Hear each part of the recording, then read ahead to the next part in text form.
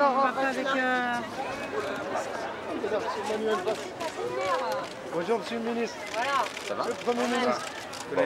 Mais oui, je connais Evelyne. Ça va. Et toi? Bienvenue. Reculez-vous. On va aller vers le Barnum, vous allez retourner et on va vers le Barnum. Mon aide précieux. Sans lui, Un conseiller politique qui fait ce qu'il peut. ma vie hein. ne serait plus qu'un accident politique. Bonjour. Merci pour tes photos. À vous et à Aubervilliers et à Jacques Salvatore. Voilà, voilà, très bien. Jacques. Ben oui, oui. La crèche qui est là, pour tout le monde, ça va. Ah ok, on fait. Ça va, ça va. Ça va? Non, c'est pas la peine que je me présente. Non. Non, mais faut pas.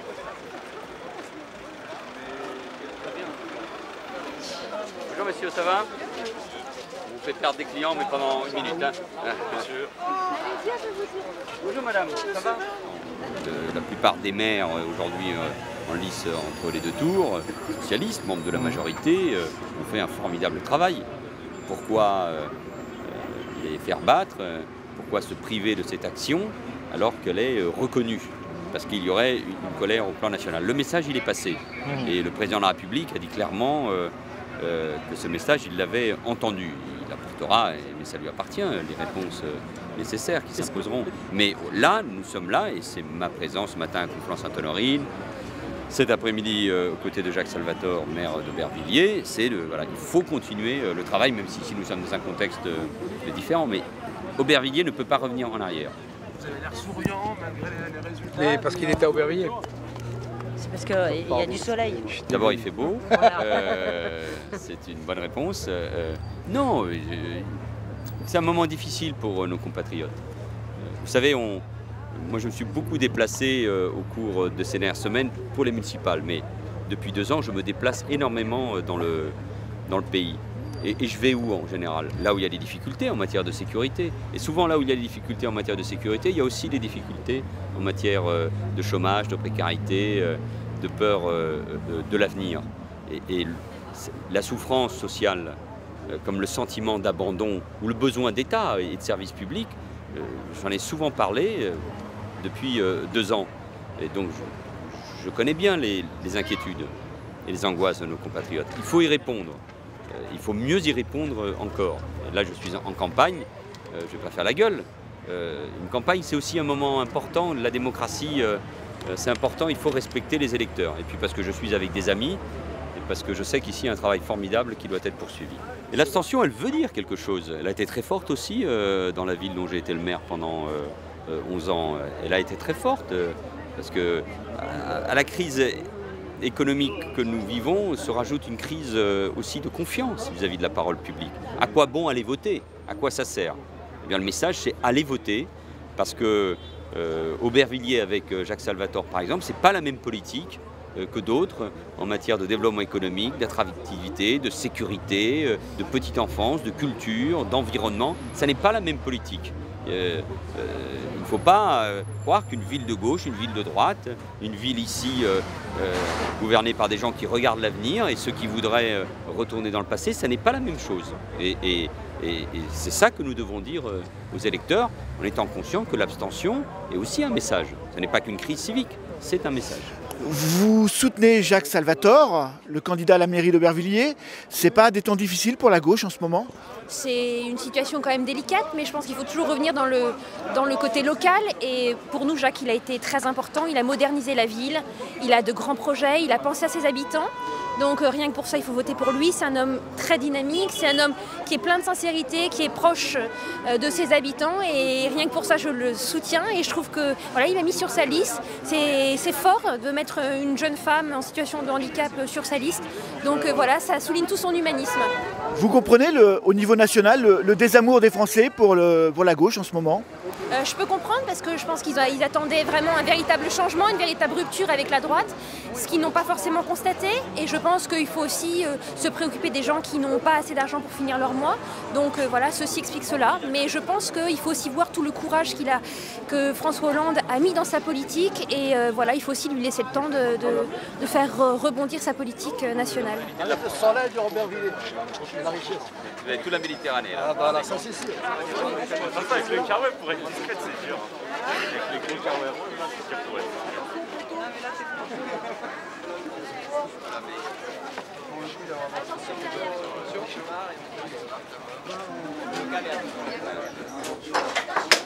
Pardon. Vous n'y pour rien, hein?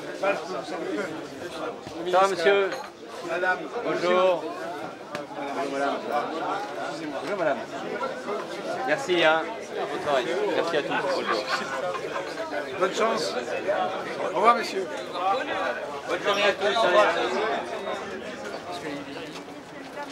Hola, soy española, estoy muy orgullosa de ustedes. Muy orgullosa, de verdad, de todo lo que hagan. Tiene que seguir así. Gracias a usted. A pesar de todas las críticas y todo. Ahora sí, de los problemas, pero gracias. No, no, de verdad. Es verdad, muy orgullosa. Gracias. De nada. Voilà, on est...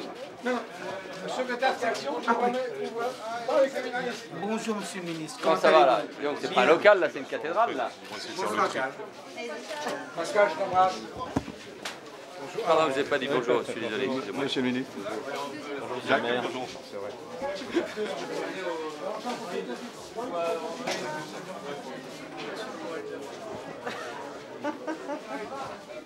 Encore de la place. C'est bien local, ça, depuis 2004. Merci à vous pour votre accueil. Elisabeth m'avait sollicité pour que je vienne ici et c'est évidemment avec beaucoup de plaisir que je suis à vos côtés, parmi vous, aux côtés de Jacques Salvatore. Bon, vous avez compris qu'on se connaît depuis longtemps, on ne va pas insister là-dessus. Bon, nous vivons un moment difficile. Quand je dis un moment difficile, ce n'est pas un moment difficile pour le gouvernement ou la majorité. C'est un moment difficile pour le pays. Redresser son économie, son industrie, ses finances publiques, son commerce extérieur, son éducation nationale, nécessite beaucoup d'engagement, beaucoup d'efforts. Et ces engagements et ces efforts ne sont pas toujours compris, et c'est normal. Cela mérite d'ailleurs beaucoup d'explications, de bien définir le cap, c'est-à-dire savoir là où nous allons. C'est ce que le président de la République fait régulièrement.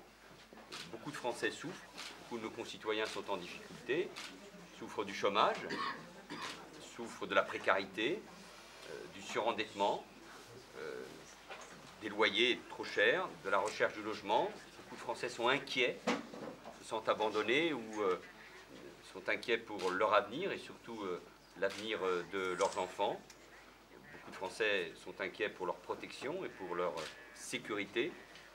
Et donc nous devons répondre à chaque fois le mieux possible, le plus concrètement possible, pour traduire nos engagements et surtout nos politiques publiques dans les faits, pour qu'on voit que la politique économique que nous avons mise en œuvre donne des résultats.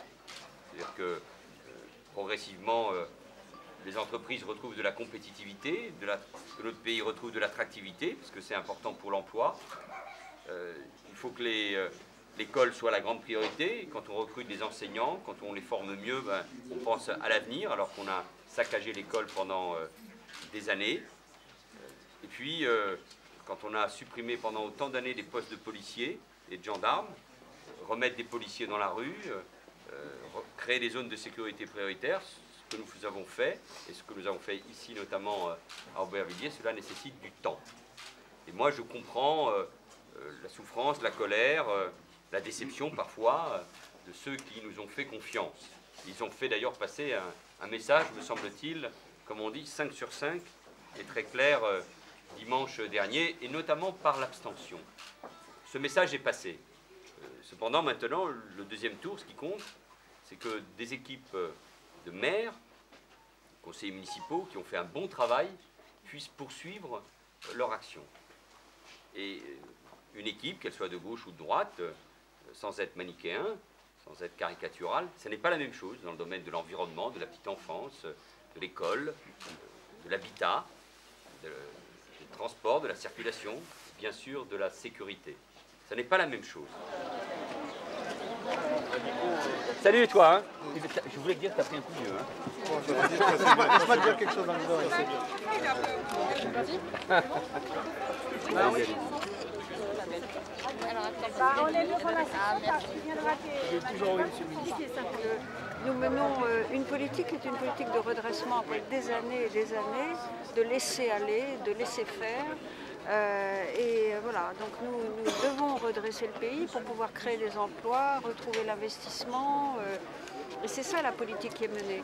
Elle portera ses fruits, ça commence un peu, c'est pas très perceptible, mais il y a quand même un frémissement dans l'activité. Donc moi je ne suis pas pessimiste pour l'avenir, mais c'est vrai que le présent est difficile.